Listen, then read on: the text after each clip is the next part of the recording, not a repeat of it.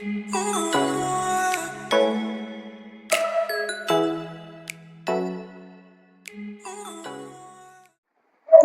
பகுதி உலகிலேயே மிக மிக தொன்மையானது என்று வரலாற்று அறிஞர் கூறுவர்? விந்திய மலைக்கு தெற்கில் உள்ள பகுதி. திருப்பதி மலைக்கு தெற்கில் வாழும் மக்கள் பேசும் மொழி எது? தமிழ். வடவேங்கடம் தென்குமரி ஆயிடை தமிழ் கூறும் நல்லுலகம் என்பது எந்த நூலில் கூறப்படுவது ஆகும்? நன்னூல். நன்னூலின் ஆசிரியர் யார்? பவணந்தி முனிவர். ஆங்கிலேயர் ஆட்சிகள் தென்னாட்டின் பெரும்பகுதி என்னவென்று அழைக்கப்பட்டது? சென்னை மகாணம். சென்னை மகாணம் தமிழ்நாடு என்று எந்த ஆண்டு அறிவிக்கப்பட்டது? கிபி 1967. தமிழ்நாடு என்று சென்னை மகாணத்திற்கு பெயர் வைத்தவர் யார்? அறிஞர் அண்ணாதுரை.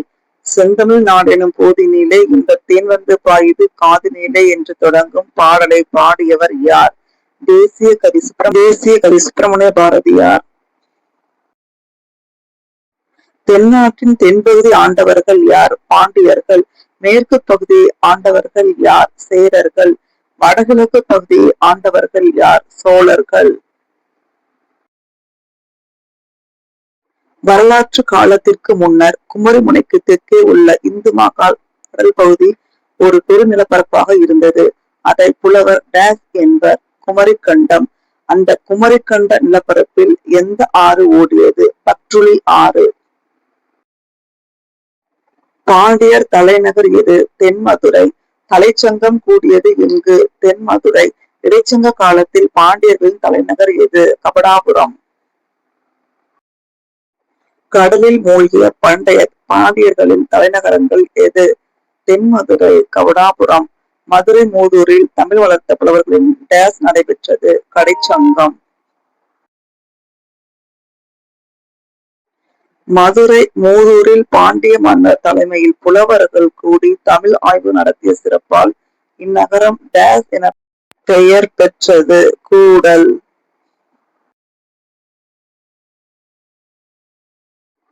எங்கு முதல் மனித இனம் தோன்றியிருக்க வேண்டும்? அங்கு எந்த மொழி மூலமொழியாக இருந்தது என்று ஆய்வாளர்கள் கூறுகின்றனர்? குமரிக்கண்டம், தமிழ்.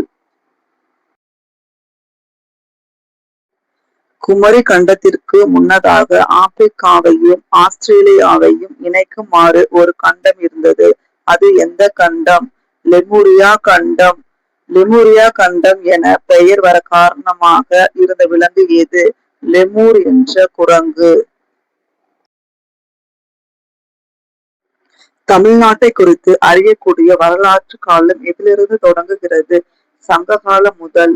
சங்ககாலம் என்பது எந்த காலகட்டம்? கிமு 200 முதல் கிபி 200 வரை அல்லது கிமு 300 முதல் கிபி 300 வரை. தற்காலத்தில் சங்க இலக்கியங்களாக கிடைத்துள்ள நூல்கள் யாவை? 8 தொகை, 10 பாட்டு. கடைச்சங்க காலத்திற்கு முன்னரே தமிழின் பெருமைக்கு அடையாளமாக அரும்பெரும் இலக்கண நூலாக எது விளங்கியது? தொல்காப்பியம். வள்ளுவன் தன்னை உலகினுக்கே தந்து வான்புகழ் கொண்ட தமிழ்நாடு இது யாருடைய வாசகம்? தேசிய கவி பாரதியார். நமது தாய்மொழி தமிழ் இலக்கண வரம்பு கொண்டு வளர்ந்த தன்மையால் டேஸ் என்றும் வழங்கப்பட்டது? செந்தமிழ். பிற மொழிகளின் துணை தேவையின்றி தமிழ் வளரும் திறன் பெற்றிருப்பதால் தமிழை டேஸ் என்று அறிஞர்கள் குறிப்பிடுவர்? உயர்தனிச் செம்மொழி. தமிழகம் எகிப்து, யவனம், ரோம், சீனம் போன்ற நாடுகளுடன் டேஸ் வணிகம் செய்து வந்தது? பண்டமாற்று. யானோ அரசன் யானே கள்வன் என்று கூறி வளைந்த தன் செங்கோலை நிமிர்த்து மாறு உயிர் நீத்த மன்னன் யார்? பாண்டியன் நெடுஞ்செழியன். ஈழத்தை வென்று அந்நாட்டவரின் கைதிகளை கொண்டு காவிரி நதிக்கு கரை கட்டியவர் யார்? கரிகார் பெருவளத்தான். கடையேழு வள்ளல்கள் யார்? பாரி, ஓரி, காரி, நல்லி, எழினி, வேகன், ஆய். கட்டுமுறை வளராத சங்ககால மக்கள் எதை வழிபட்டனர்? நடுகல்லையும் தமது முன்னோர்கள். சங்ககால மக்கள் கொண்டாடிய விழாக்கள் யாவை?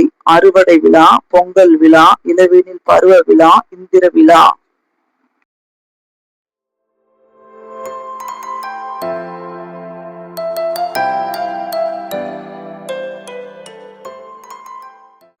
ஆரியர்கள் மத்திய ஆசியா பகுதியிலிருந்து எந்த கணவாய் வழியாக இந்தியாவிற்குள் வந்தனர்? கைபர், போலந்து. இந்தியாவில் ஆரியர்கள் குடியேறிய பகுதி டேஸ் எனப்பட்டது? ஆரிய வர்த்தம். ஆரியர்கள் தங்கள் இன பெரியோர் பாடிய வேண்டுதல்களை டேஸ் தொகுத்தனர் வேதங்களாக. வேத காலம் எவ்வாறு பிரிக்கப்பட்டுள்ளன? 1 முற்பட்ட வேத காலம், 2 பிற்பட்ட வேத காலம். முற்பட்ட வேத காலம் எவ்வாறு அழைக்கப்படுகிறது? ரிக் வேத காலம். ரிக் வேத காலத்தின் காலகட்டம் என்ன? கிமு 1500, கிமு 1000. ஆரியர்கள் முதலில் பஞ்சாபில் இருந்து எந்த பகுதியில் குடியேறினர்? சப்த சிந்து. ஆரிய சமுதாயத்தின் அடிப்படை அலகு எது? குடும்பம். பல குடும்பங்கள் இணைந்தது டேஸ் கிராமம். கிராமத்தின் தலைவர் யார்? கிராமணி. பல கிராமங்கள் இணைந்து டேஸ் என்று பெரிய குழுவானது? விசு. விசுவின் தலைவர் யார்? விசுவபதி. பெரிய ஆட்சி அமைப்பு எது? ஜனா. ஜனாவின் தலைவர் யார்? ராஜன், அரசன். ராஜ்யத்தில் வாழ்ந்த மக்கள் டேஸ் எனப்பட்டனர்? பிரஜைகள்.